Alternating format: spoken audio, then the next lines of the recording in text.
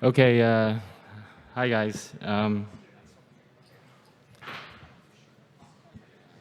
So my name is Yuri, um, and as you can see, the title is going to be Guild 2.0, Content-Driven Virtuous Cycle Beyond Scholarship. I'm just going to try to set expectations here because my presentation is not very technical. It's more of a high level, looking down. So I just appreciate if you guys kind of like, we've had so many speakers in this conference, just kind of like consider me as like one of your shit coins in your portfolio down 99%. And then, if it goes up 10%, you're like, woo, yeah, okay. Yeah. So just a quick intro about my background. So I'm actually from Ellipti, a company called Ellipti. We're a company builder VC based in South Korea. We basically try to help projects penetrate the Korean market, and also we make a lot of investments, over 50 plus investments. And right now we're trying to incubate our own company. Our own project, sorry, which is InvaderDAO. But we're not going to talk about InvaderDAO. We're talking about guilds. So before I just kind of get into that, though, I just want to say that it's been kind of surreal for me. I'm so happy to be able to meet you guys in real life. I don't know about you guys, but the last 2 or 3 years for me were like dystopic. Not meeting people and just like I was actually in Dubai a week and a half ago, and I thought that was like the physical representation of the metaverse. If you know what I mean. I mean, if you've ever been to Dubai, it's just like, it's crazy. And I thought, this is not something that I want to be my reality kind of thing. Not like nothing against Dubai, but just that's the kind of impression that I got. And I know that, technology, and especially like this whole Google Meet, because we do so many conference calls every week looking at projects and stuff, and I know that it's been very efficient, but just like personally speaking, I thought that these technologies don't, and so I was like thinking about, okay, is it in eliminating the inefficiencies and eliminating the frictions, or are we talking about like abstracting, these things from reality? And by abstracting away, I mean, it doesn't really capture the nuances of living and the joys of being like in person and things like that. So that's just kind of the random thoughts that I had.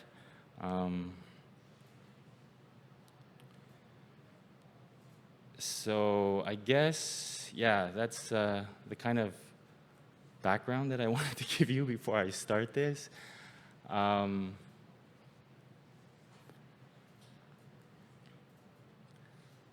So I guess, if you take a look at this slide, you kind of like, okay, well, what does he want to say here?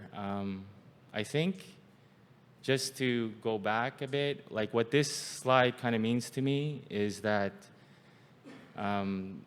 humans have basically been trying to make things so efficient. Like they have this obsession with making things more efficient since the beginning of time. And it's a good thing and a bad thing. I think that you're trying to abstract away like a lot of frictions and costs until what I see is ultimately everyone's just kind of like connected brain to brain. And then It's kind of like dystopic. But yeah, so we started off with like this, let's say the internet era, just most recently, and then we were able to eliminate a lot of the frictions and the costs. And then, we found Bitcoin and, Bitcoin and this whole trustless and permissionless systems have been trying to abstract away the human aspect, which is, do I have to, now I don't need to really trust this counterparty. And another way we can reframe this is that it's actually, because I have more of a economics background, we can say this as it's trying to deal with decreased risk and increased utility.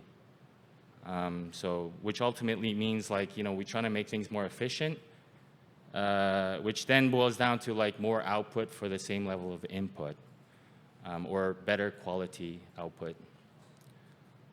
So that's kind of, this progression that we've been seeing, and then, mass adoption. Yes, ultimately we want mass adoption, but then, there's a couple of wrenches, and one of them is you can think of it as what if they don't actually want it, right? I mean, we think of blockchain as being, yeah, it's going to be more efficient, and it disrupts the current environment, and we can do all these crazy things with it. So I asked my wife, yeah, I mean, can we take the kids' tuition fund and then invest it in shitcoins? And she's like, no, right? No. And I'm like, yeah, but it's going to go 100x. And then she's like, no, I just don't like that, right? And so, it's a joke, but what I'm trying to say is everybody has their own set of risk and utility parameters.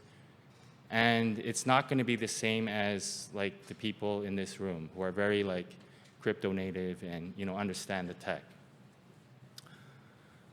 The other thing that I've been feeling recently is that yeah, so why don't they trust this, right? And do I trust this? And I've been told to trust the code, right? So but the thing is we've had two major audit companies here, like QuantStamp and Open Zeppelin, coming up and saying that there's been all these hacks, and even developers you can't, who are top notch, they'll miss something, right? So we're not actually, I have to say that we're not just trusting the code, we're trusting guys like QuantStamp and Open Zeppelin, right? To do that for us, because you guys are the 0.01% of the population. The other 99.9% have no clue what this code is. So these are some of the things that I've been thinking about in terms of mass adoption. Yeah, just I'm just throwing it out there for you guys, for people like me who are more normie kind of thing.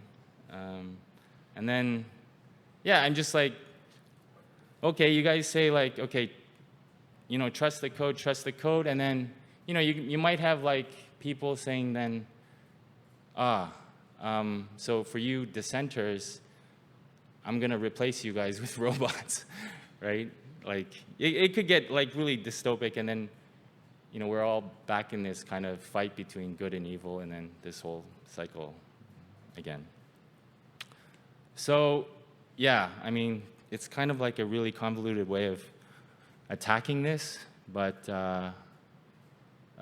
so for our purposes, I mean, we've seen these kind of major themes appear, like ICO, DeFi, NFT. I mean, my background is investment banking. I was in that for 18 years, so, ICO, for example, you're doing, you're disrupting crowdfunding, basically IPOs. DeFi, you're disrupting a lot of the services that banks offer. And then, NFT is like another extension of tokenization, not just using like fungible tokens, which are like what ICOs were, but now with non-fungible tokens, you can basically represent anything in this universe. So yeah, I mean, value creation, again, like I referred to that, it depends on your perception of value, what you consider to be value. Obviously, my wife thinks something very different from me.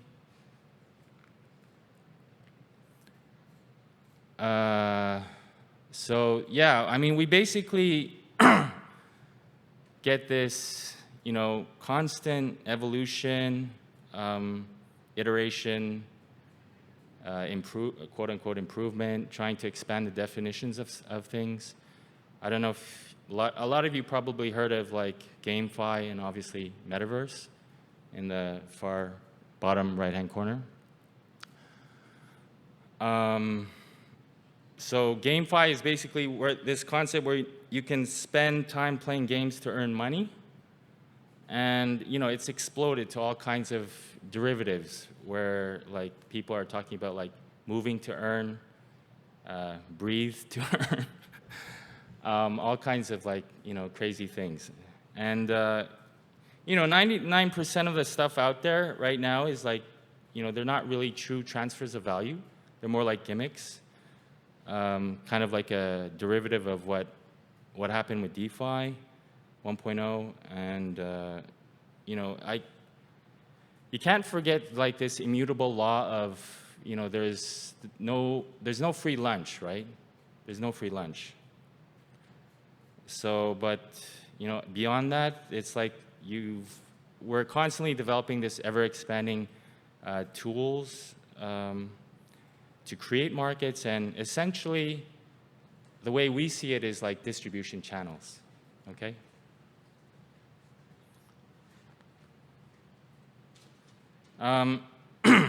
So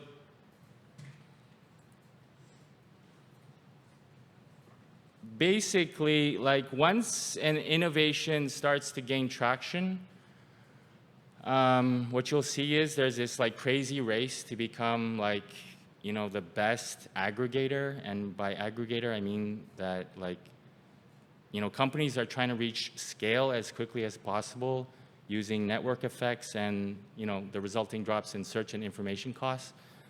And then that allows them to reach like the largest possible number of users, right? So you're all pretty familiar with that. And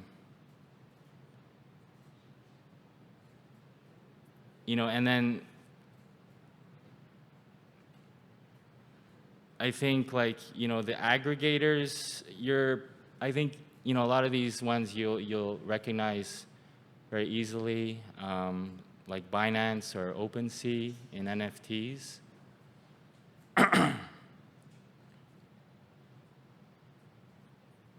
So yeah, so we'll start talking about like what is a guild.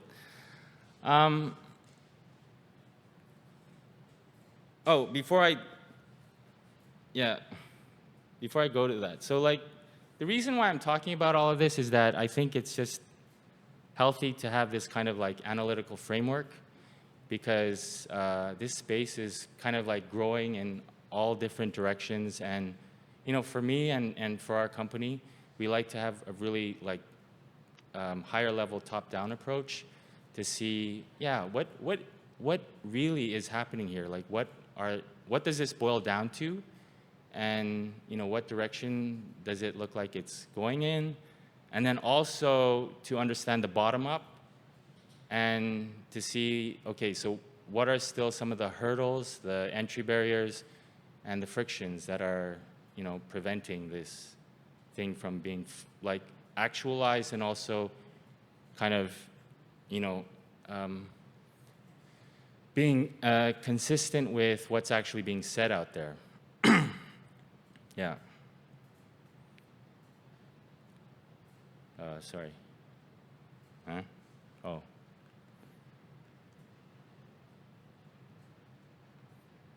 Okay. So what is a guild? A guild is basically an aggregator of the gaming sector.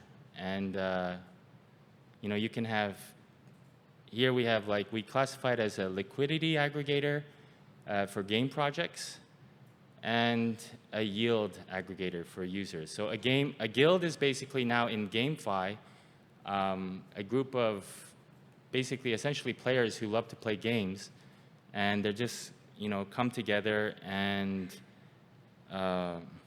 play, but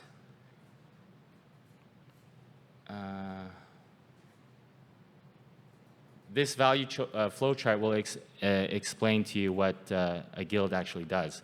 So guilds on the left-hand side basically lend these NFTs to the user, and these guilds are primarily happening in more less developed countries where the disposable incomes are much lower than what we're used to here in developed countries. And then in return, there's a profit sharing with the user for playing the P2E game.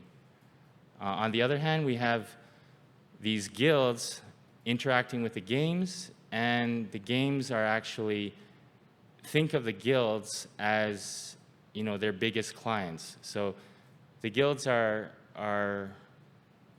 aggregating the liquidity from, I guess, a lot of investors, buying these NFTs, and then the game in return, or the game project is receiving these funds. So that's the kind of value flow chart or mechanism that's happening with guilds.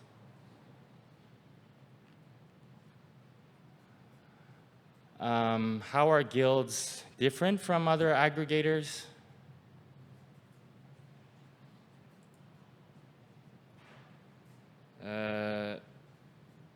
So they're different from DeFi, regular DeFi protocols is in that, for DeFi you just kind of point and click. And then with P2E, or this whole ecosystem, people are expected to actually contribute their time. And that time is, so for example, let's say for DeFi, you would expect a return after every, week or whatever, there's a certain ROI or IRR associated with that. Well, for games and P2E, this ecosystem, people have to actually strategically kind of invest their time and figure out how to, earn these rewards. So it's a little bit of a different kind of mechanism. Yeah, we can skip that. So the problems or issues that current guilds are facing right now, one is, the scholarship onboarding process is still very manual. There's a lack of standardization for tooling, data analytics. This low scalability should actually say low sustainability. There's a little bit of there's a lot kind of missing in translation. This deck was sent over to our Korean team, and then the English came back really weird. So sorry about that. But yeah, so this low sustainability basically refers to the tokenomics where you have an inflationary token.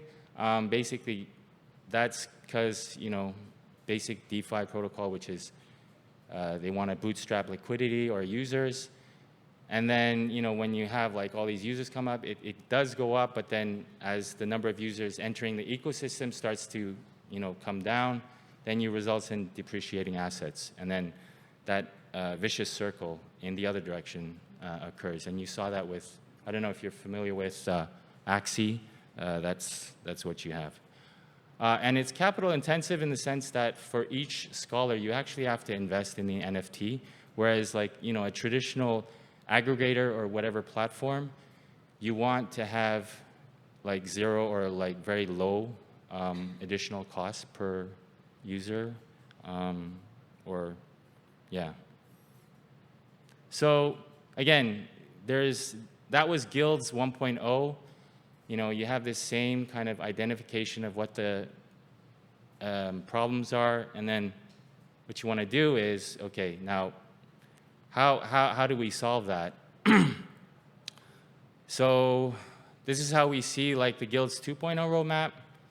And again, like Guilds, with respect to the play to earn ecosystem, obviously that's not something that's pertinent in the developed countries, but definitely for Latin America and, for example, Vietnam, it's huge, and obviously the Philippines.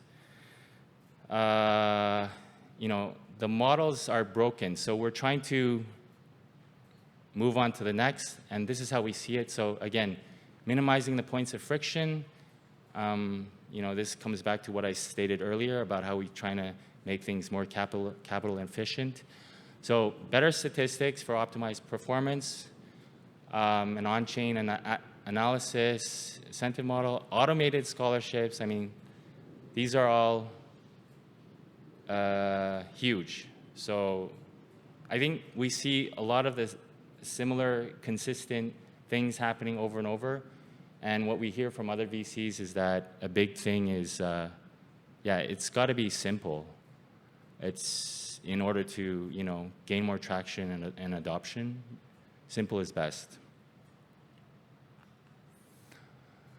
So P2E, as in its current state or previous state, is seen to be unsustainable because basically guilds have been just very extractive. It's been a one-way thing, and we saw that already with previous protocols like DeFi. GameFi is just like a derivative of DeFi. That's how you should see it. It's basically DeFi, but a little bit of a shift in mechanism. But what we need is a diverse set of users, and that means that we need new demographics to join crypto. Oh, okay. I basically my battery went. So how do we achieve it? We want to attract users with higher disposable incomes. And then, we want to also have a lot of content creation along with the gamification. So, content creation is a big thing. User-generated content, to make this whole kind of ecosystem more sustainable.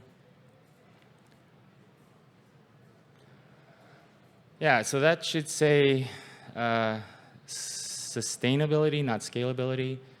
It has to be user-friendly, obviously more efficient.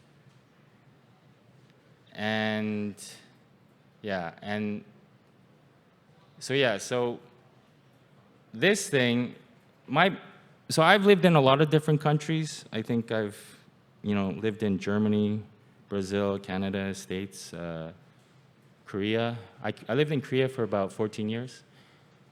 It's a very unique economy, a very unique society.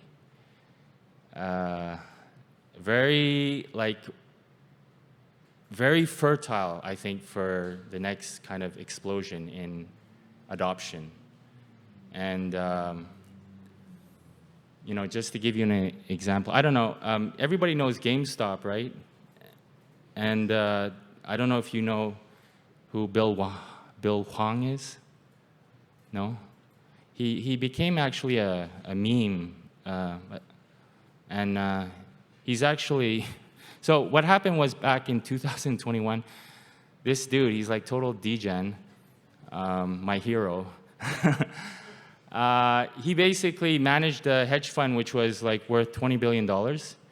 A lot of it was his own money, but then what he did was he levered it 5 times to $100 billion. So he was making a $100 billion bet, and a lot of that was on Chinese internet and gaming companies.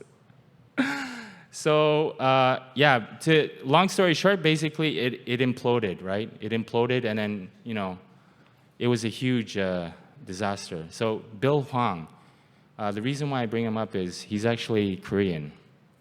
And he's now like going to go down in history as like the biggest degen of all time. Yeah, so that's, that's just kind of like, I don't want to characterize the whole market like that, but definitely the Korean market has a big crypto market. Gaming is huge in Korea. And then, I'm sure all of you have heard of Squid Game and Gangnam Style and K-pop like BTS. So that's kind of the dynamics going on, and there's also a lot of like traditional companies that are now kind of pivoting towards whether it be crypto or P2E or a lot of the other narratives that are currently unfolding in this space. Yeah, so we are actually, very aggressively kind of looking at our own home market as well as like Asia in general. But it's also important to know that there's a lot of regional differences in how to approach the market. So I guess long story short, I hope you guys learned something. I know that it's been a while. Like I think I first got into this space 5 years ago, 2017. I was very like enraptured by the Bitcoin white paper, and I apologize. I hope I kind of like did that 10% kind of spike for your degen portfolio.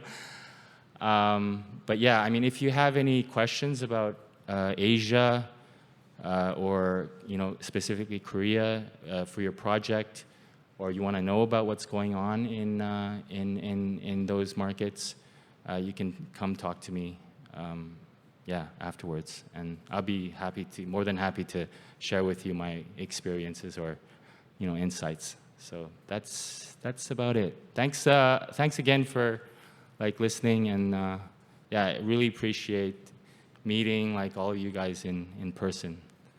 Cheers.